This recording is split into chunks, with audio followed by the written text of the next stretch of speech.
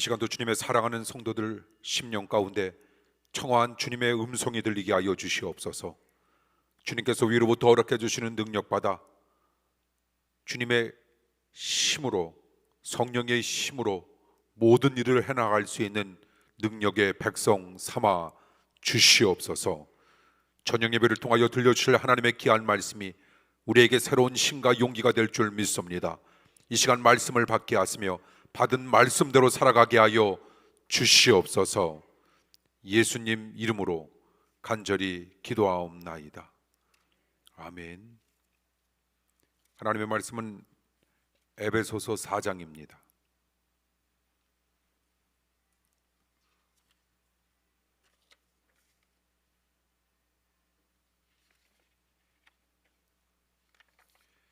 에베소서 4장 31절에서 32절.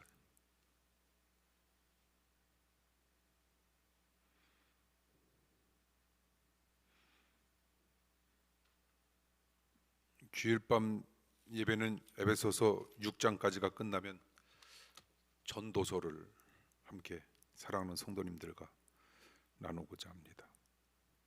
에베소서 4장 31절 32절, 제가 31절 먼저 읽습니다. 너희는 모든 악독과 노함과 분냄과 떠드는 것과 해방하는 것을 모든 악의와 함께 버리고 서로 인자하게 하며 불쌍히 여기며 서로 용서하기를 하나님이 그리스도 안에서 너희를 용서하심과 같이 하라. 아멘. 기도하겠습니다. 거룩한 주님의 날 예배 드리게 하심을 감사드립니다.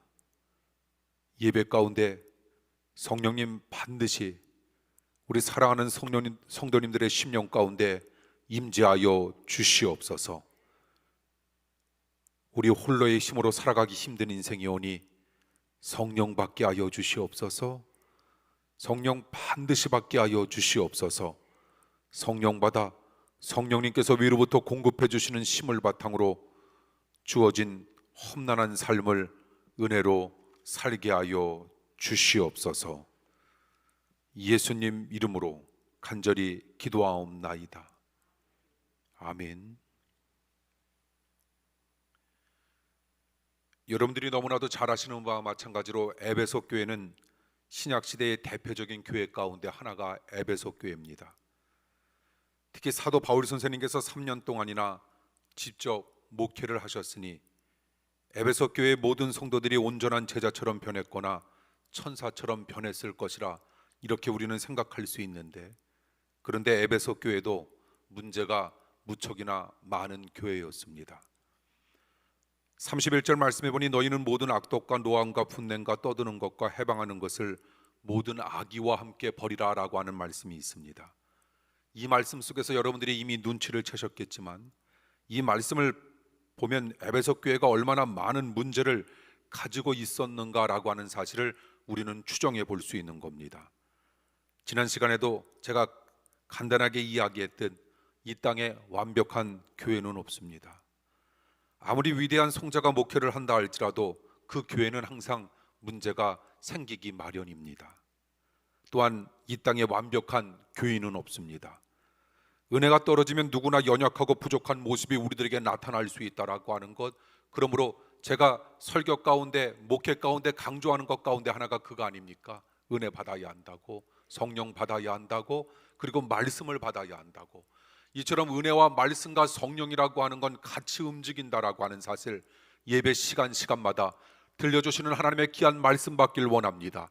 그것이 여러분의 삶 가운데 은혜로 이루어지길 원하며, 그래서 남은 인생이 우리네 홀로 살아가는 삶이 아닌 성령님과 더불어 살아가는 여러분들의 멋진 삶이 되길 원합니다.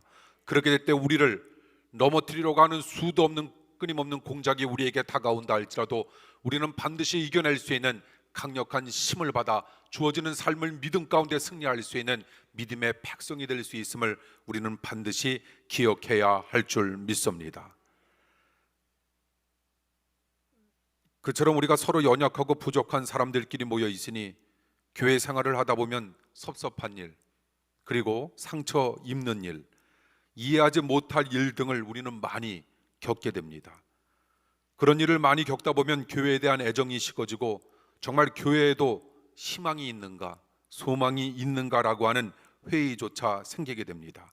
그래도 결코 교회에 대한 희망을 잊어서는 안 됩니다. 그처럼 우리는 교회에 대한 희망을 잃지 아니하며 변함없이 교회 생활을 잘하기 위해서 우리들에게 무엇보다 필요한 것이 있는데 그것이 무엇일까? 지난 시간에 이어서 그리고 다음 시간에도 주일 밤 예배 시간에 계속적으로 사랑하는 성도님들과 이야기할 터인데 그것은 바로 용서라고 하는 겁니다. 이 세상에서 용서를 가장 많이 필요로 하는 것은 죄인들이 갇힌 교도소가 아닐 겁니다. 바로 교회입니다. 교회는 큰 가정이고 교회는 대가족의 한 식구입니다. 세상에서 큰 상처를 주고받고 살 가능성이 많은 관계가 바로 가족 관계인데 모든 삶을 함께 나누기 때문입니다. 멀리 떨어져 살면 상처를 받을 가능성도 작고 그리고 상처를 줄 가능성도 작게 됩니다. 그러나 서로 친밀한 삶을 나누는 가족이기에 상처의 가능성도 커질 수밖에 없다라고 하는 사실을 우리는 염두에 두고 신앙생활을 해야 한다는 겁니다. 교회도 마찬가지일 겁니다. 서로 가까이 삶을 나누어야 하는 신적 공동체이기 때문에 교회에서는 상처를 받을 가능성이 다른 어느 곳보다 훨씬 더 크다는 겁니다. 우리는 그 현실을 믿음의 눈으로 직시하면서 나에게 다가오는 많은 것들을 우리는 넓은 심령을 가지고 받아들일 수 있는 마음의 여유와 여백을 달라 오히려 하나님 앞에 간절한 마음으로 간구하고 기도해야 합니다. 서로 친밀한 삶을 나누는 가족이기에 상처의 가능성이 커질 수밖에 없다라고 하는 사실을 염두에 두고 우리가 함께 더불어 살아가는 신앙생활, 그 신앙생활의 모습 속에서는 많은 문제도 발견되겠지만 용서를 바탕으로 많은 문제를 품으로 말미암아 우리는 더더욱 주님께 영광을 돌릴 수 있는 믿음의 백성으로 거듭날 수가 있다는 겁니다.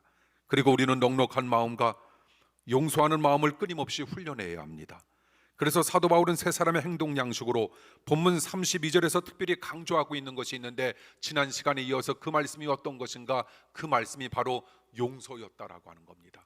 사랑하는 성도 여러분, 주님께서 사랑의 또 다른 표시로 우리들에게 제공해 주시는 용서하는 마음을 달라 하나님 앞에 간절한 마음으로 간구하고 기도하길 원하며 주님께서 우리들에게 원하시는 용서는 무조건적인 용서를 원하고 있다라고 하는 겁니다. 7번만 용서해도 대단한 것으로 생각했기에 7번만 용서해도 되는 거 아닙니까? 라고 물어봤을 때 주님께서 어떻게 이야기하십니까? 70번씩 7번 490번 이것은 끊임없이 우리는 우리에게 주어지는 삶의 현장 속에서 용서하는 마음, 사랑하는 마음으로 우리에게 주어지는 어려운 현실을 우리는 받아들일 때 주님의 놀라운 역사가 임할 수 있다는 겁니다. 그럴 때 막힌 길이 열리는 축복의 은혜가 우리 사랑하는 성도님들의 삶 가운데 반드시 임하고 나타나게 되리라 믿습니다. 그래서 삶을 살아감에 있어서 용서처럼 중요한 것은 없을 겁니다. 그러나 용서가 우리는 중요한 줄 알면서도 용서한다라고 하는 것이 왜 이리도 쉽지 않은지, 이렇게 어려운지 모릅니다. 어떤 분은 쉽게 말합니다. 이미 용서했습니다. 그러면서 용서하지 못하는 경우가 참 많은데 이것처럼 용서는 절대로 간단한 것이 아닙니다. 그래서 용서가 무엇인지를 우리는 분명히 알아야 할 텐데, 그런데 용서가 무엇인지를 분명히 알기 위해서 우리는 용서가 아닌 것이 어떤 것인가라고 하는 것을 먼저 알 필요성이 있다라고 하는 겁니다.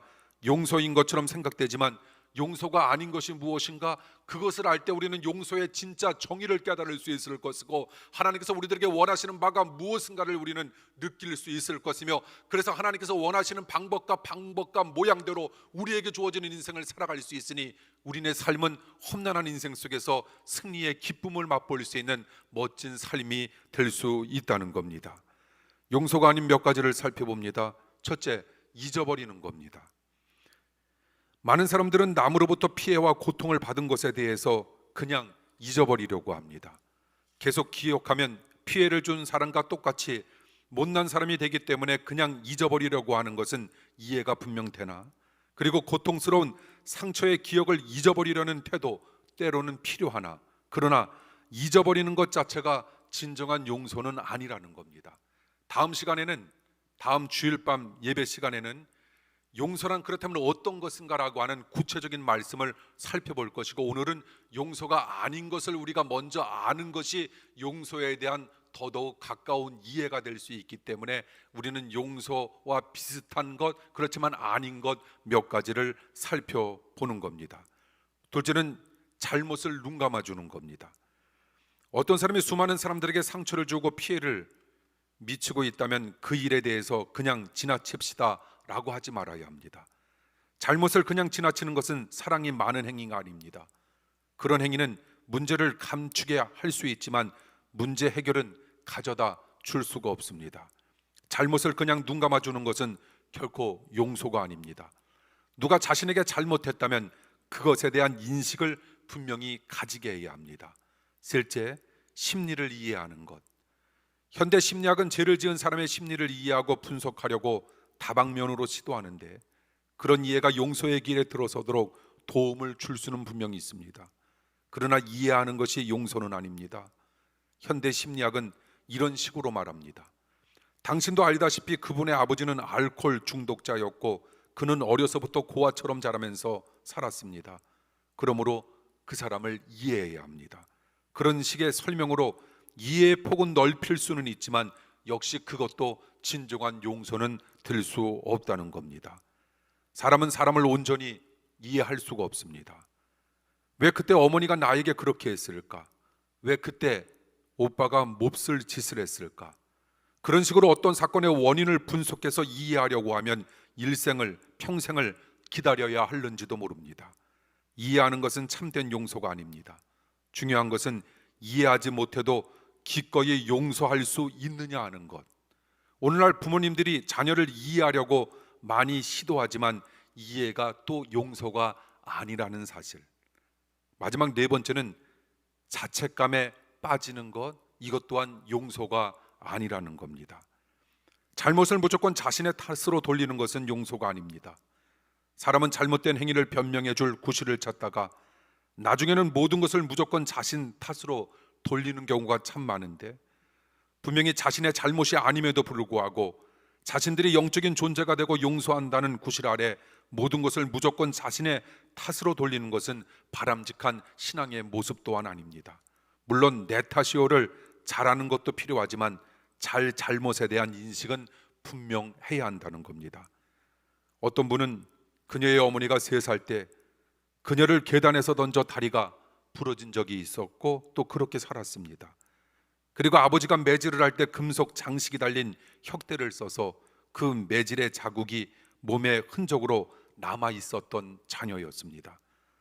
그런데 그 자매는 그런 잘못을 직시하기는커녕 내가 무슨 잘못을 했었음에 틀림없다라고 말하면서 또 생각하면서 그 끔찍한 일을 무조건 자신의 탓으로 돌렸습니다. 그녀는 하나님의 말씀 성경 구절을 오해해서 남의 잘못이 명백한 것도 자신 탓으로 돌리는 것이 올바른 것이라 생각했기 때문입니다. 그래서 그녀는 훌륭한 그리스도인이 되지 못했고 부모를 온전히 또한 용서조차 하지 못했습니다. 부부관계에서도 어떤 아내는 문제의 원인을 항상 자신 탓으로 돌립니다. 그건 역시도 항상 진정으로 용서를 가져다주는 참된 모습은 아닐 겁니다. 자책감을 가지는 것과 십자가를 진다라고 하는 건 엄연히 다릅니다. 지나친 자책감은 진정한 용서에 커다란 도움을 오히려 주지 못할 겁니다. 그 이유는 간단합니다. 성령님은 진리의 영이기에 용서를 중재하실 때도 진리를 통해서만 주님께서는 중재하시고 역사하신다는 겁니다. 주님은 거룩한 분입니다. 주님은 깨끗한 분입니다. 주님은 상당히 영적으로 예민한 분입니다. 우리는 그분을 맞춰가야 합니다. 우리도 진리 가운데 거하기를 원하며 거룩함으로 승부하기를 원하고 우리네 인생에 깨끗한 마음 소유하는 하나님의 백성 되길 원하여 깨끗한 그릇을 주인이 쓴다라고 하는 사실 또한 기억한다면 주님도 어떤 사람을 쓰실 것인가라고 하는 사실을 우리 또한 날마다 기억하며 성령님 마음에 맞는 삶을 우리의 남은 인생의 최종 목표로 살아가길 원합니다. 그럴 때 하나님께서 우리의 겉도 속도 만지시는 역사와 축복이 나타나고 임하여 우리의 삶을 아름답게 매만져 주실 줄 믿습니다. 그러므로 우리는 무조건 자신 탓으로 돌리는 것은 진실이 아니기에 진리의 영 성령은 그와 같은 자책감을 절대로 축복하지 않는다는 겁니다.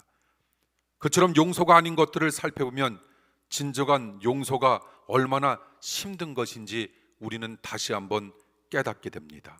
사랑하는 성도 여러분, 진정한 용서가 무엇인지 궁금하죠? 다음 주를 기대해 주셔야 합니다. 마무리 짓습니다. 진정한 용서는 쉽지 않습니다. 그것은 십자가를 지는 삶을 반드시 각오해야 하나님께서 위로부터 베풀어 주시는 진정한 용서가 우리의 삶 가운데 다가설 수 있다는 겁니다. 쉽지 않기 때문에 용서할 수 있다면 말할 수 없는 축복이 우리들에게 덧입혀진다라고 하는 사실 또한 우리는 이미 예측할 수 있을 겁니다. 그러므로 사랑하는 성도 여러분, 이렇게 기도하십시오. 하나님, 우리의 마음 가운데 용서하는 마음을 허락하여 주시옵소서. 그런 거룩한 마음을 가지고 하나님 앞에 간절한 마음으로 간구하고 기도하면 하나님은 우리의 마음에 놀라운 평안과 위로를 반드시 허락해 주실 것이고, 우리의 마음속에 품은 다른 모든 소원까지도 기쁘게 들어주시는 역사가 임할 수 있다는 겁니다. 주님께서 산상수훈에서 사랑하는 제자들에게 네 보물이 있는 곳에 네 마음도 있다, 이렇게 말씀하셨는데, 이 구절에서 보물은 재물로 생각해서 흔히 돈을 쓰는 곳에 마음이 있다, 이렇게도 우리가 해석할 수 있는데, 여기서 말하는 보물은 단순히 재물만을 의미하는 것이 아니라 사람에게 진짜 중요한 보물은 돈이 아니라 꿈일런지도 모릅니다. 그래서 꿈이 있는 곳에 우리의 마음도 가게 된다는 것, 꿈은 열정을 불태우게 하는 놀라운 힘을 지니고 있다라고 하는 겁니다. 우리들이 잘 알고 있는 마르틴 루터 킹 목사님, 이런 말을 자주 하지 않았습니까? 내게는 꿈이 있다고. 그처럼 행복한 삶을 위해 자신을 어딘가로 돌진하게 만드는 찬란하고 희미해지지 아니하는 꿈, 그 꿈이 우리들에게 있어야 한다는 겁니다. 그 꿈이 나의 사랑하는 아이들에게 반드시 있어야 한다는 겁니다. 그래서 왜 우리 사랑하는 아이는 다른 아이보다 못할까라고 하는 것으로 인해서 우리는 우리 스스로에게 우리 자녀에 대한 열등감을 표시하는 것이 아니라 우리는 그래서 끊임없이 기도하는 겁니다. 우리 사랑하는 아이에게 꿈을 허락해 달라고. 주님께서 위로부터 베풀어 주시는 놀라운 심해지지 아니하는 찬란한 꿈을 바탕으로 험난한 인생을 밝히며 아름답게 살아갈 수 있는 멋진 자녀로 삼아달라 끊임없이 기도할 때 우리 주님께서 우리의 그 꿈에 대한 기도에 반드시 응답해 주실 줄 믿습니다. 사람에게는 적어도 3가지 꿈이 있어야 합니다.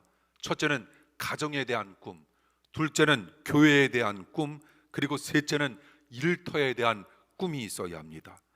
이 꿈의 삼위일체를 향해 나가는 삶, 우리는 그 삶을 가리켜 가장 행복한 삶이라 이야기합니다. 살다 보면 그동안 가졌던 꿈이 깨어질 때도 얼마나 많이 있는지, 그 꿈이 깨어지는 원인은 도대체 무엇일까?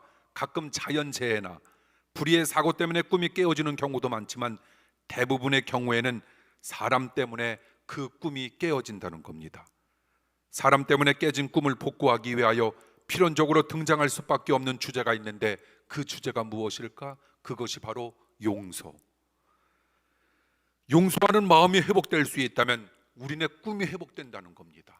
가정에 대한 꿈도 회복되고 교회에 대한 꿈도 회복되며 그리고 일터에 대한 꿈이 회복되고, 꿈이 회복되면 행복의 가능성은 현저하게 높아진다는 사실을 우리는 기억해야 할 줄 믿습니다.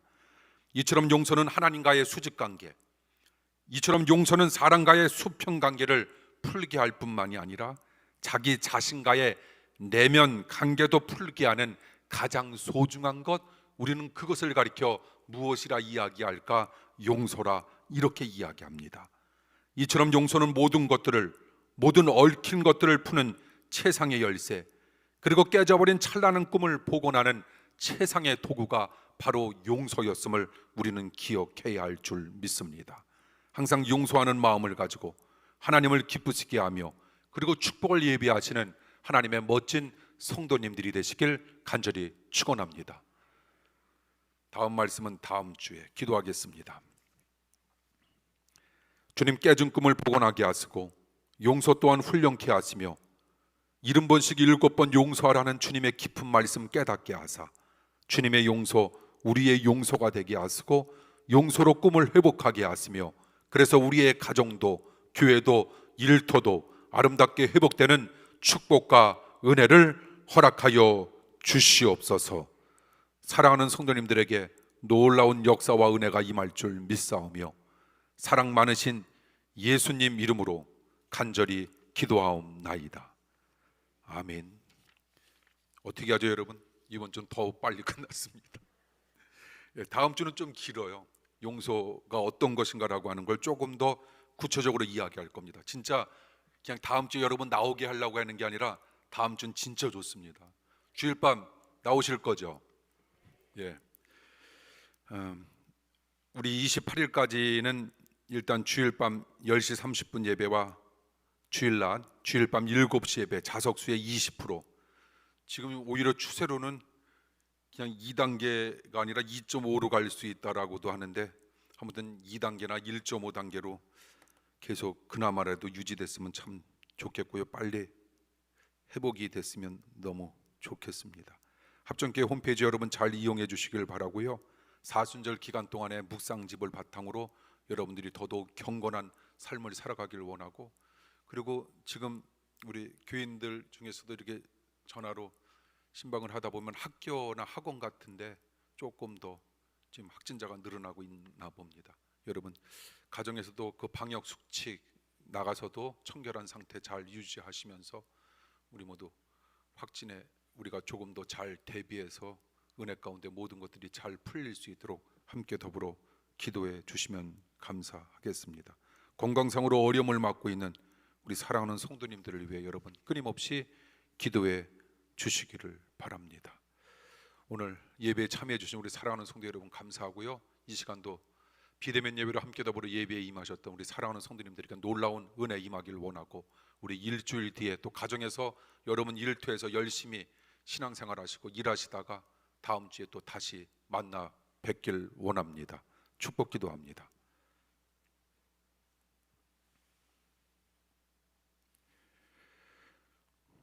지금은 모든 백성들의 기쁨으로 구원을 노래하게 하시는 예수 그리스도의 은혜와 존귀와 영광을 받으시기에 합당하신 하나님 아버지의 사랑하심과 성령의 교통하심과 하나님의 자녀로 살아가기에 부족함이 없도록 역사하시는 주님의 은총이